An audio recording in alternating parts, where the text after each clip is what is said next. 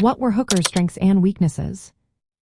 Have you ever wondered how a leader's strengths and weaknesses can shape the course of history?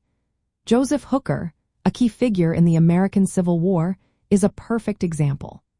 Appointed as the commander of the Union Army of the Potomac in early 1863, Hooker had a mix of strengths and weaknesses that influenced his military career.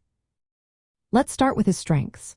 One of Hooker's most notable abilities was his organizational skill and leadership.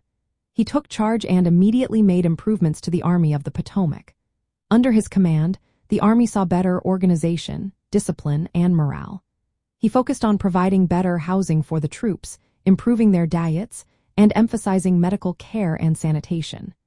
These changes significantly boosted the health and fighting readiness of his soldiers.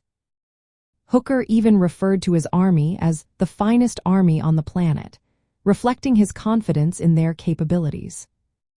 Another strength was his strategic planning.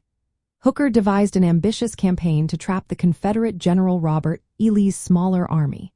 His plan involved a two-pronged approach that aimed to pin Lee at Fredericksburg while flanking him with the bulk of his forces. He also included a cavalry raid to disrupt Confederate communications and supply lines, showcasing his understanding of combined arms and maneuver warfare. Moreover, Hooker was a morale booster. He managed to restore hope and fighting spirit within the Union ranks, which had faced many setbacks in previous battles. His leadership style and reforms earned him strong support from his soldiers, who appreciated his efforts. However, Hooker also had weaknesses that impacted his effectiveness. Despite his strong plans, his execution often fell short. The cavalry raid, a key part of his strategy, was conducted with too much caution and failed to achieve its objectives. This allowed Lee to maintain his supply lines. At the Battle of Chancellorsville, Hooker faced a critical moment.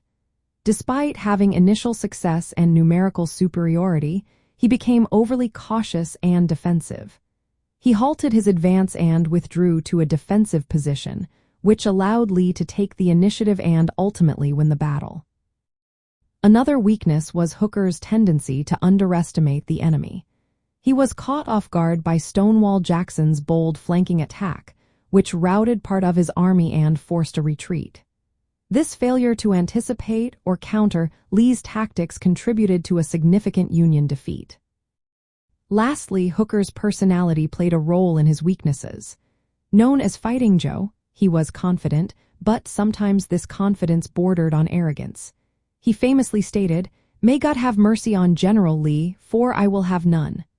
While this bravado inspired some, it did not always lead to sound judgment on the battlefield. In summary, Joseph Hooker's strengths included his ability to organize, reform, and inspire the Army of the Potomac, turning it into a formidable force. However, his weaknesses in execution, battlefield decision-making, and underestimating Confederate tactics led to his notable defeat at Chancellorsville. After this loss, his military career declined, and he was eventually reassigned away from the Eastern Theater.